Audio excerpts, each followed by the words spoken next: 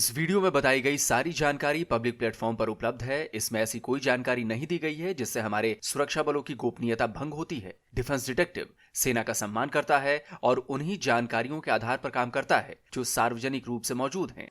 नमस्कार दोस्तों, defence detective के एक और एपिसोड में आप सभी का स्वागत है। मैं हूं आलोक। तो खबर क्या है, मैं आज बात करने वाला हूं पड़ोसी देश म्यांमार की, क्योंकि ये बहुत इंपॉर्टेंट अपडेट है, बहुत इंपॉर्टेंट घटनाक्रम है और इससे चीन को बड़ी टेंशन हो गई है, बहुत बड़ी टेंशन हो गई। एक तस्वीर आई है जिसने चीन को परेशान कर दिया है।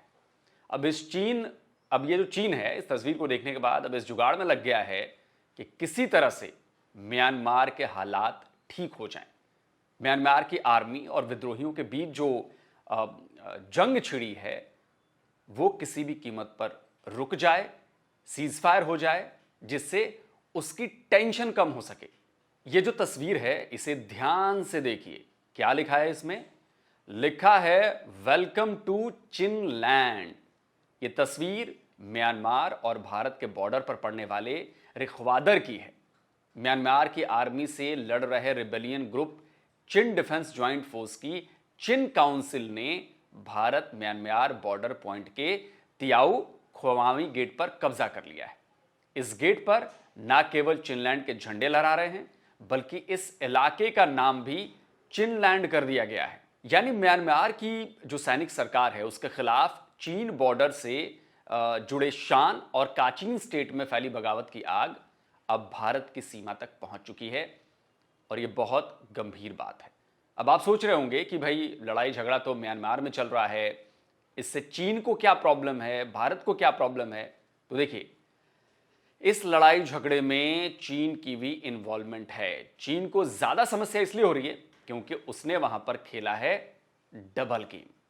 एक तरफ उसने म्यांमार की डिक्टेटर आर्मी को सपोर्ट किया है, उन्हें भी हथियार दिए हैं, तो दूसरी तरफ उसने जो रेबल्स हैं उनको भी हथियार उपलब्ध कराए हैं। यानी वो दोनों तरफ से कंट्रोल करना चाह रहा था। अब इस डबल गेम से जो आग लगी है, अब उस आग की जद में चीन आ रहा है और भविष्य में ये जद उसकी और बढ़ जाएगी, उस आग में और ज्यादा इलाके आ जाएंगे। पर ऐसा नहीं है कि इसका असर सिर्फ चीन पर ही पड़ रहा है, बल्कि भारत पर भी प्रभाव दिख रहे हैं।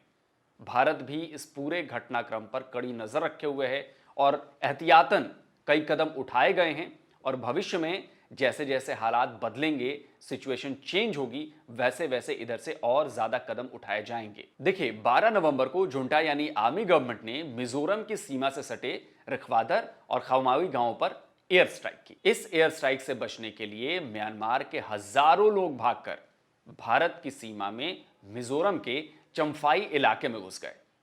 मिजोरम में ही अभी नवंबर में ही एक रिसर्च की गई, एक सर्वे किया गया और उस सर्वे की जो रिपोर्ट जारी हुई उसके मुताबिक इस इलाके में 2021 से अब तक 6000 से भी ज्यादा रिफ्यूजी म्यांमार से भारत में आ चुके हैं, मिजोरम में आ चुके हैं।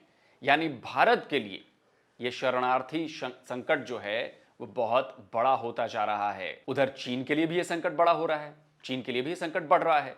चीन बॉर्डर की तरफ हालात और ज्यादा बेकाबू हो गए हैं। शान और काचिन स्टेट के लगभग पूरे हिस्से पर विद्रोहियों का कब्जा हो चुका है। वो म्यांमार की मिलिट्री के हाथ से वो इलाके जा चुके हैं। मजबूरी में चीन को अपनी सेना उतारनी पड़ी है।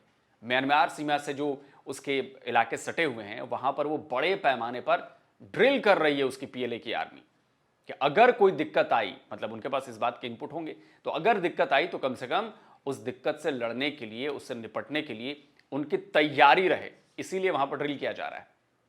द यूरेशियन टाइम्स में पब्लिश एक आर्टिकल का दावा है कि विद्रोहियों ने म्यांमार के 50% से भी ज्यादा हिस्से पर कब्जा जमा लिया है। यानी आधे म्यांमार पर विद्रोहियों का कब्जा हो चुका है। यह करीब 8000 स्क्वायर किलोमीटर से भी ज्यादा का इलाका है जिस पर विद्रोही काबिज हो चुके हैं। इस पूरे इलाके का कंट्रोल विद्रोहियों के पास आ गया है, म्यांमार की आर्मी के पास इनका कंट्रोल नहीं है। तो विद्रोहियों की इस कामयाबी से चीन को बहुत ज्यादा परेशानी हो रही है। म्यांमार से चीन की सीमा में पलायन बहुत ज्यादा हो रहा है, लोग वहां बहुत ज्यादा जा रहे हैं, चीन में घुस रहे हैं। तो म्यांमार को चीन से जोड़ने वाली जो सड़क है उस पर भी विद्रोहियों का कब्जा हो गया है। तो ट्रांसपोर्टेशन बंद हो गई है। चीन में कई जरूरी चीजों की कमी हो रही है, जो इधर से जाती थी उधर जो सामान जाते थे, अब उनकी कीमतें बढ़ रही हैं।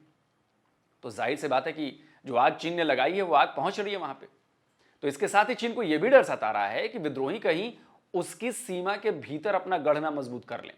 यही वजह है कि चीन म्यांमार के बॉर्डर के पास पीएलए एक बहुत बड़ी आर्मी ड्रिल उसने शुरू की है और इसके साथ ही वो म्यांमार गवर्नमेंट को सीज फायर की सलाह भी दे रहा है। चीन कह रहा है कि भैया जल्दी से सीज फायर कर लो, जिससे भविष्य में आने वाले खतरे से, जो खतरा महसूस कर रहा है चीन, उससे बच सके। अब देखिए, चूंकि म्यांमार में उथल पुथल मची हुई है और इस उथल पुथल ने पड़ोस के करीब करीब सभी देशों को संकट में डाल दिया है।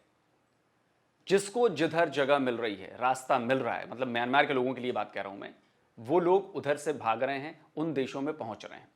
शरणार्थी संकट जो है वो सिर्फ भारत और चीन ही से परेशान नहीं हो रहे। चीन की परेशानी एक दूसरी भी है और शरणार्थियों की संकट भी है, बल्कि थाईलैंड, लाओस, इंडोनेशिया जैसे जो देश हैं उन पर भी इनका असर दिखना शुरू हो गया है, प्रभाव दिखना शुरू हो गया है।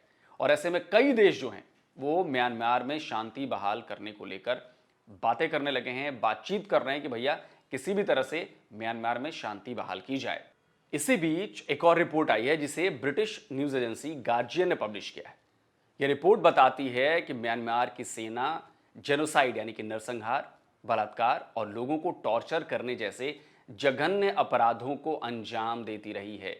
सिक्योरिटी फोर्स मॉनिटर की इस रिपोर्ट के मुताबिक म्यांमार की सेना की 64% टुकड़ियां जो सीनियर आर्मी ऑफिसर्स की कमांड में थी वो हत्या, रेप और टॉर्चर में शामिल रही हैं।